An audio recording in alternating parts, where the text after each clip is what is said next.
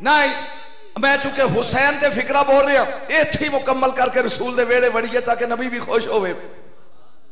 सोना ज़हीर 9 ते 10 की विचली रात है, विचली हुसैन ने अंज अपने साथियों वेख्या, एक नुकरे च एक काले रंग का गुलाम बैठा। जॉन फरमा उठ होए उठ, तू साडे नौकर दा नौकर है, कल सवेरे इत्थे खून वगने ने ते मैं नहीं चाहता भी तेरा भी खून डुले, जा जा टुर जा।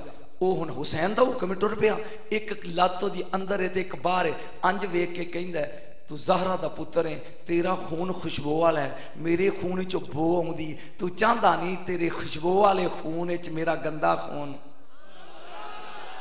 जुमला सुनी मिल जाए यकदम सुन दी, फिर मेरा ताल इन्नी मोहब्बत ही, जा अगला मुआहदा कैंसल कर दे ते नवा लिख दिया, तेरा भी नाम शामिल कर दिया। एक बार फिर कह की आई, उन्हें कहा जी मेरा खून है बो वाला, तुहाडा खून है खुशबू वाला, ते तेरे दामन ना लगना चाहता सी भी शायद मैनू भी हिस्सा मिल जाए। फिर मैं बैठ होए, जुमला सुनो हुसैन दा, हुसैन ते दूर दी गल है, नौकर दी गल ही।